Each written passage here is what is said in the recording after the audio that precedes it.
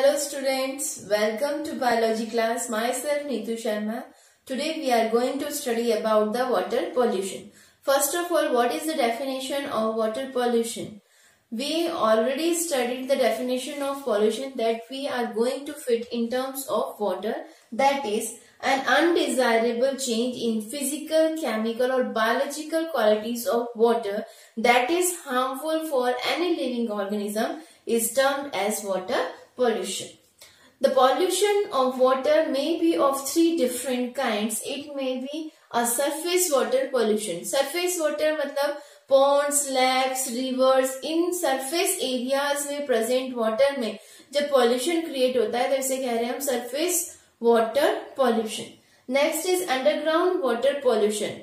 Due to the seepage and absorption of harmful chemicals along with water into the underground water that make it pollute. Okay, underground water में जब ये chemicals water के साथ seep down हो जाते हैं तो ये harmful chemicals underground level तक पहुंच के उसे pollute कर देते हैं. Marine water pollution, जैसे कि आपको पता है पेट्रोलियम, डग और नेचुरल गैस के जो बड़े बड़े रिफाइनरीज होते हैं ये सी शोर पे या ओशन फ्लोर के बैंक शोर पे ही प्रेजेंट होते हैं.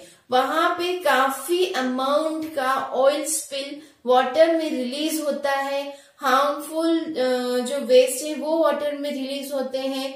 जो हॉट वाटर है जो इस तरह के फैक्ट्रीज या इंडस्ट्रीज से निकलता है जिसमें हार्मफुल केमिकल्स भी प्रेजेंट होते हैं वो भी सीधे वाटर में रिलीज हो जाते हैं, जो कहीं ना कहीं एक प्राइम कॉज है मैराइन वाटर पोल्यूशन का, जहां पर एक्वेटिक एनिमल्स पे, एक्वेटिक लाइफ पे सीधा असर पड़ता है. Pollutants specially in terms of water क्या होते हैं? एनी एजेंट और सब्सटेंसेस दैट कॉज पॉल्यूशन. अगर हम वाटर की बात करें, अगर वाटर में ये सब्सटेंसेस पॉल्यूशन क्रिएट कर रहे हैं तो उन सब्सटेंसेस को हम कहेंगे वाटर पॉल्यूटेंट. वाटर पॉल्यूटेंट को हमने 3 कैटेगरीज में स्टडी करना है. First is physical. फिजिकल में ऑयल स्पिल्स जो होते हैं या हीट का जो मैकेनिज्म है, हीट रिलीज करने का जो मैकेनिज्म है वो डायरेक्टली वाटर को पोल्यूट करता है, इसलिए हम इन दोनों को फिजिकल पॉल्यूटेंट के अंदर स्टडी करते हैं. जैसे कि न्यूक्लियर रिएक्टर्स हैं, बड़ी बड़ी फैक्ट्रीज या इंडस्ट्रीज की जो मशीनरीज हैं उनको कूल डाउन करने के लिए वाटर उसमें ट्रांसपोर्ट किया जाता है. जब ये वाटर उसके अंदर से बाहर आता है रोटेट होके तो गर्म होके आता है. साथ ही साथ इसमें डिफरेंट काइंड ऑफ केमिकल्स भी डिसॉल्व होते हैं जो सीधे ही नियर बाय वाटर बॉडीज में रिलीज कर दिए जाते हैं, डिस्पोज कर दिए जाते हैं, जिसके कारण जो नॉर्मल वाटर टेम्परेचर होता है वो चेंज हो जाता है. जितने भी एक्वेटिक एनिमल्स होते हैं वो एक पर्टिकुलर टेम्परेचर पे ही लीव कर सकते हैं. उनके जो एग्स होते हैं, लार्वास होते हैं, ये टेम्परेचर के प्रति बहुत ज्यादा सेंसिटिव होते हैं. जरा सा भी अगर वाटर के टेम्परेचर में चेंज आता है तो सीधा इनकी लाइफ पे असर पड़ता है और इकोलॉजिकल बैलेंस जो वाटर का है वो डिस्टर्ब हो जाता है. इसके अलावा इस टाइप का जो थर्मल चेंज आ रहा है वाटर में और जो एक्वेटिक लाइफ को या डिस्टर्ब कर रहा है, उस तरह के पॉल्यूशन को हम थर्मल पॉल्यूशन के नाम से भी जानते हैं. जितना ज्यादा गर्म पानी होगा या सरफेस के कारण या इस तरह के रिलीज ऑफ के कारण जो पानी का टेम्परेचर चेंज हो रहा है, इंक्रीज हो रहा है पानी का टेम्परेचर, उससे एक और साइड इफेक्ट होता है कि वैसे ही पानी में ऑक्सीजन कम डिसॉल्व होती है पर गर्म पानी में ऑक्सीजन डिसॉल्व होने का जो कंसंट्रेशन है वो और भी रिड्यूस हो जाता है. अब कम ऑक्सीजन मिलेगी तो एक्वेटिक लाइफ पे असर तो पड़ना ही पड़ना है. साथ ही डिफरेंट माइक्रोबियल एक्शन भी यहाँ पे रिड्यूस हो सकते हैं जो कि एक प्रॉपर नेचुरल क्लीनिंग एजेंट के रूप में काम करते हैं. केमिकल पॉल्यूटेंट की बात करें तो जितने भी केमिकल रन ऑफ्स होते हैं या केमिकल डिस्चार्ज होते हैं from sewage, from different industries, from factories, from vehicles, ठीक है, तो इस फर्टिलाइजर्स हैं, पेस्टिसाइड्स हैं, ये सब कहीं ना कहीं केमिकल्स का सोर्स है जिनसे हार्मफुल केमिकल सीधे सीधे वाटर में डिस्पोज हो सकता है. इतने ज्यादा ये खतरनाक केमिकल्स हैं जिससे काफी मेंटल और फिजिकल हेल्थ जो ह्यूमन बीइंग है वो डिस्टॉर्टेड हो सकती है। रेडियो एक्टिव वेस्ट तो हमारे डीएनए पे भी सीधे असर कर सकता है, हमारे डीएनए सीक्वेंस में म्यूटेशन क्रिएट कर सकता है जो फर्दर जनरेशन में भी ट्रांसमिट हो सकता है। कैल्शियम एंड मैग्नीशियम की बात करें तो कैल्शियम और मैग्नीशियम का जो कंसंट्रेशन होता है, इनके सॉल्ट्स जो वाटर में प्रेजेंट होते हैं, ये वाटर को हार्ड बना देते हैं, जिसके कारण वाटर ना तो पीने लायक बचता है ना फर्दर डोमेस्टिक पर्पस के लिए हेल्पफुल होता है।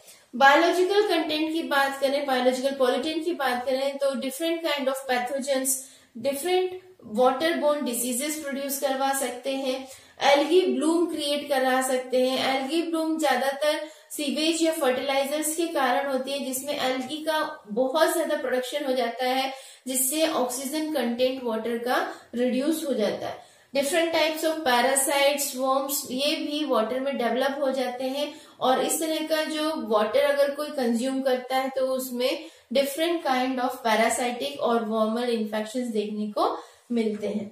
Sources and causes of water pollution, तो इसमें ज्यादातर अगर हम देखें तो बेसिकली ह्यूमन की जो एक्टिविटीज हैं यही मेन कॉज है वाटर पॉल्यूशन का, जिसे हमने फर्दर डिवाइड कर दिया है डिफरेंट कैटेगरीज में। सबसे ज्यादा जिससे पॉल्यूट हो रहा है वाटर वो है सीवेज। सीवेज में different kind of harmful micro organism, waste, organic waste, ये सब प्रेजेंट होता है जो कहीं ना कहीं ऑक्सीजन का लेवल वाटर में रिड्यूस कर देता है, बल्कीनेस क्रिएट कर देता है, ऑर्डर क्रिएट कर देता है वाटर में, और इसको अनफिट कर देता है वाटर को पीने के लिए। इंडस्ट्रियल वेस्ट की बात करें तो इंडस्ट्रियल वेस्ट दूसरे नंबर पे सबसे ज्यादा पोल्यूट कर रहा है वाटर को। इसमें हैजार्डियस केमिकल्स प्रेजेंट होते हैं जो कहीं ना कहीं very different and difficult diseases को क्रिएट करते हैं एनिमल्स में। एग्रीकल्चर वेस्ट की बात करें जिसमें पेस्टिसाइड्स हैं, फर्टिलाइजर्स हैं, ये अगर वाटर में डिस्चार्ज हो तो वाटर को पोल्यूट कर रहे हैं। अगर इस तरह के पेस्टिसाइड्स को कोई लिविंग ऑर्गेनिज्म कंज्यूम करता है तो ये पेस्टिसाइड्स नॉन बायोडिग्रेडेबल होने के कारण एज इट इज उनकी बॉडी में रह जाते हैं, जो फर्दर लेवल पे ट्रांसमिट होते हैं और इनका कंसेंट्रेशन हर एक लेवल पे इंक्रीज होता जाता है, जिसे हम बायोमैग्निफिकेशन भी कहते हैं। तो इस तरह से ये काफी हद तक आगे के ट्रॉपिक लेवल्स तक ये खतरनाक होते हैं, और ये केमिकल एज इट इज बहुत डिफरेंट लेवल्स के प्रॉब्लम क्रिएट कर सकते हैं।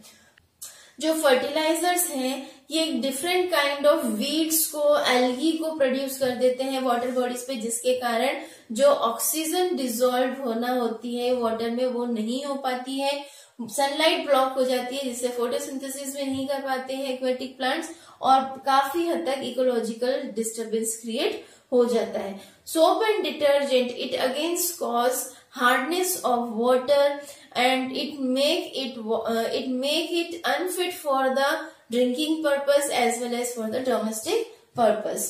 पेट्रोलियम ऑयल की अगर हम बात करें तो पेट्रोलियम ऑयल एक तो वाटर के टेम्परेचर को चेंज करवाता है, साथ ही साथ एक लेयर बन जाने के कारण जो ऑक्सीजन आ रही है बाहर से वाटर में डिसॉल्व होने के लिए उसका भी सप्लाई कट ऑफ हो जाता है, और जिसके कारण लिविंग ऑर्गेनिजम्स की लाइफ काफी हद तक डिस्टर्ब हो जाती है। सॉलिड पार्टिकल्स में अगर हम बात करें तो जैसे कि रन ऑफ्स होते हैं जो गार्डन से, डिफरेंट कैचमेंट एरिया से आ रहे हैं, तो उनके साथ काफी सॉइल पार्टिकल्स या स्मॉल स्टोन्स ये भी साथ में आ जाते हैं, जिसके कारण जो नॉर्मल वाटर बॉडीज का डेप्थ है वो कम होना शुरू हो रहा है, और ये एक तरह से फ्लडिंग में भी रिजल्ट कर सकता है। थर्मल पॉल्यूशन के कारण एक तो एक्वेटिक एनिमल्स की लाइफ पे असर पड़ता है, उनके एग्स, उनके लार्वास पे इफेक्ट पड़ता है, इनका जो ब्रीडिंग सिस्टम है वो डिस्टर्ब हो जाता है, जो फर्दर इकोलॉजिकल डिस्टर्बेंस में एक तरह से प्राइम रोल प्ले करता है। साथ ही साथ जितना टेम्परेचर हाई हो जाएगा वाटर का, उसमें डिसॉल्व होने वाले ऑक्सीजन का कंटेंट उतना ही रिड्यूस होता चला जाएगा। कुछ सोर्सेस पॉइंट सोर्सेस कहलाते हैं। पॉइंट सोर्सेस वो सोर्सेस होते हैं जहां से पॉल्यूटेंट्स जो हैं वो सीधे वाटर में डिस्चार्ज होते हैं, जैसे कोई नियर बाय इंडस्ट्रीज हैं, फैक्ट्रीज हैं, ठीक है, या इस तरह का कोई भी कंस्ट्रक्शन है जो वाटर बॉडीज के पास में, जिसमें सीवेज वगैरह एक प्राइम सोर्स है, तो इनका सीधा सीधा डिस्पोजल पानी में होता है। तो इस तरह के सोर्स को हम पॉइंट सोर्सेस कहते हैं। नॉन पॉइंट सोर्सेज वो पॉइंट सोर्सेज होते हैं जो रिवर के कांटेक्ट में तो नहीं है, पर इनका जो वेस्ट है वो अलग अलग स्कैटरिंग सोर्सेज से कलेक्ट होके वाटर में डिस्चार्ज हो रहा है। या यूं कहेंगे कि जो रन ऑफ्स आ रहे हैं, हिली एरिया के रन ऑफ्स आ रहे हैं, उनमें बहुत ज्यादा सॉइल पार्टिकल्स आ रहा है उसमें, ठीक है।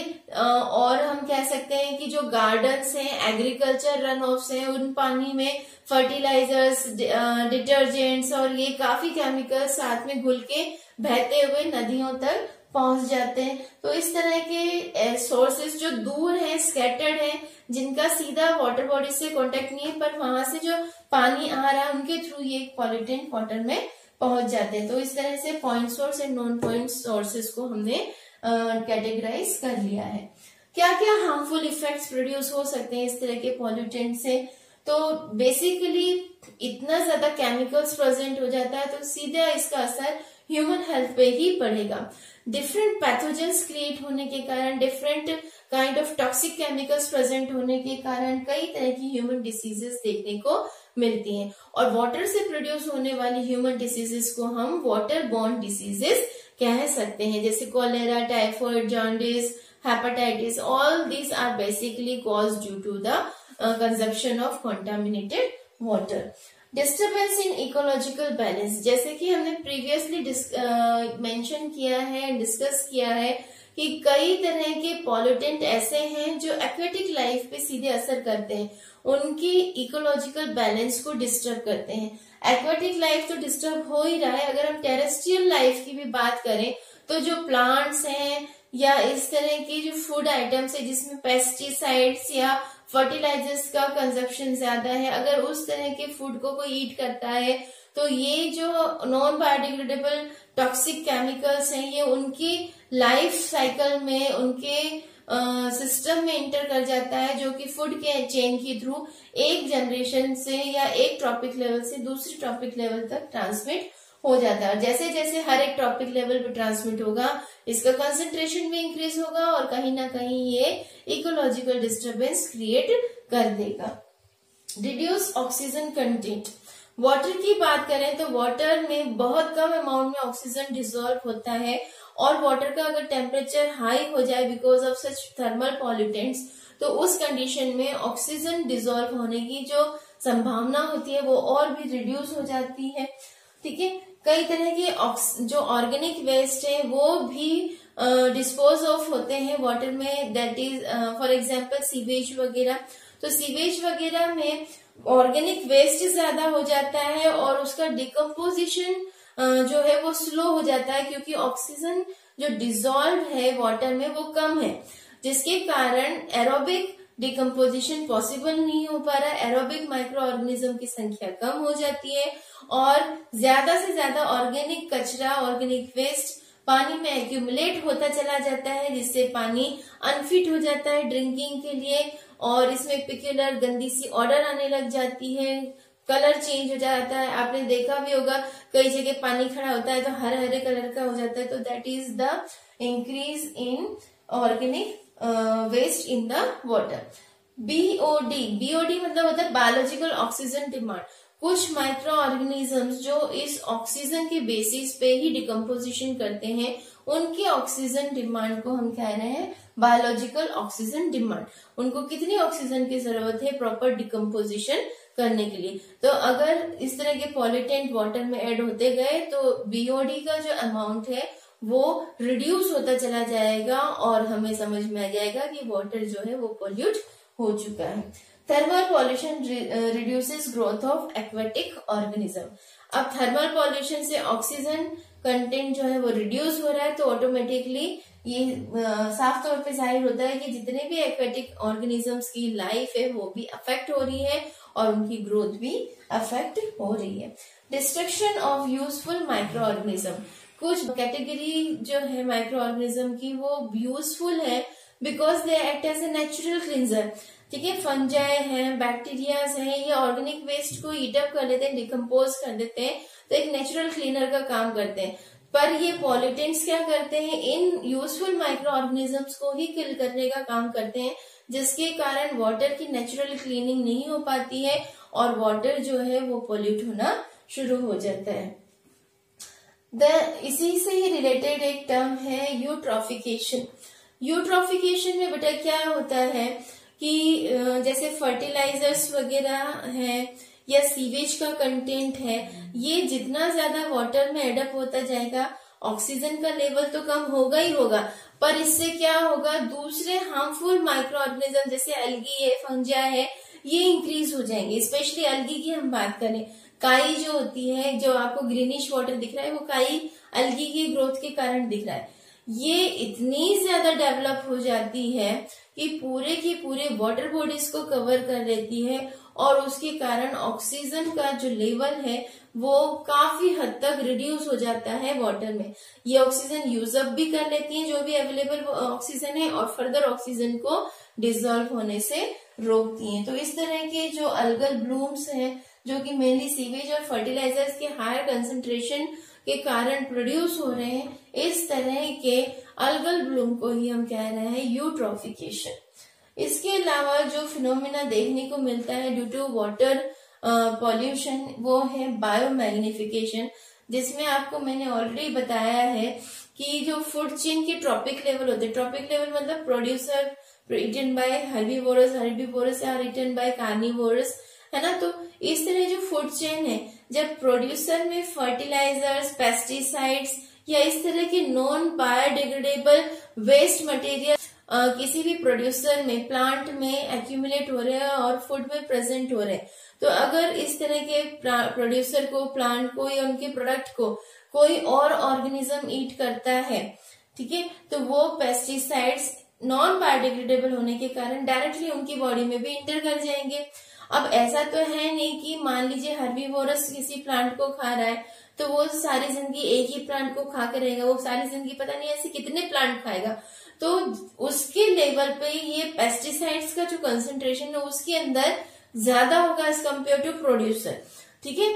ऐसे ही हर्बीवोरस को जब कोई कार्निवोरस खाएगा तो एक में जितने पेस्टिसाइड है वो तो जा ही रहे। अब और नॉर्मल सी बात है, सारी जिंदगी कोई कार्निवोरस एक हर्बीवोरस तो खाएगा नहीं, वो कई हर्बीवोरस खाएगा, और ऐसे कई हर्बीवोरस में बहुत सारे पेस्टिसाइड्स या बहुत सारे हार्मफुल केमिकल्स प्रेजेंट होंगे जो नॉन बायोडिग्रेडेबल है और उनकी बॉडी में एज इट इज बने हुए हैं, तो उनका कंसंट्रेशन ऑटोमेटिकली कार्निवोरस में इंक्रीज हो जाएगा, और इस तरह से कार्निवोरस जो होगा वो बहुत ज्यादा पॉइजनस हो जाएगा एज कम्पेयर टू प्रोड्यूसर। तो इस तरह से हर एक टॉपिक लेवल पे हार्मफुल नॉन बायोडिग्रेडेबल केमिकल्स का जो कंसंट्रेशन है वो इंक्रीज होता चला जा रहा है, और इसी फिनोमिना को हम कह रहे हैं बायोमैग्निफिकेशन।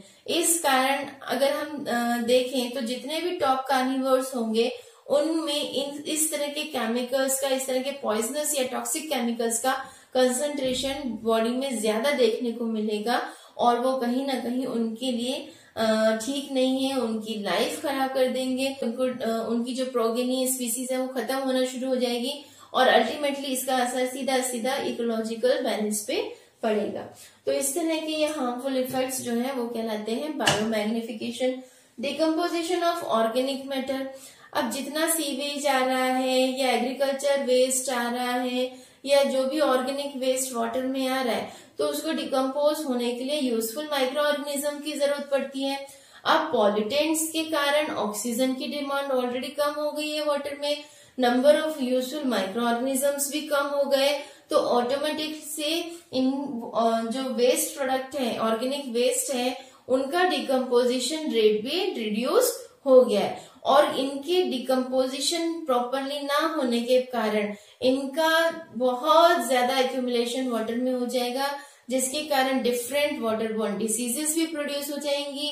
साथ ही साथ जो वाटर का नेचुरल प्रॉपर्टी है, जो उसका कलर है वो खराब हो जाएगा, उसका जो स्मेलिंग होती है वाटर की वो गंदी सी आना शुरू हो जाएगी, टेस्ट खराब हो जाएगा, एक कंटामिनेटेड वाटर बन जाएगा जो कहीं ना कहीं किसी न किसी को हार्मफुल इफेक्ट्स क्रिएट करवा देगा। तो this is all about the water pollution, water pollutants, their sources and the harmful effects on the environment. अगर बेटा यहाँ तक आपको वीडियो अच्छी लगी हो, समझ में आया हो तो प्लीज लाइक कीजिएगा। नेक्स्ट हम पढ़ेंगे सॉइल के बारे में। Till then good bye and be safe.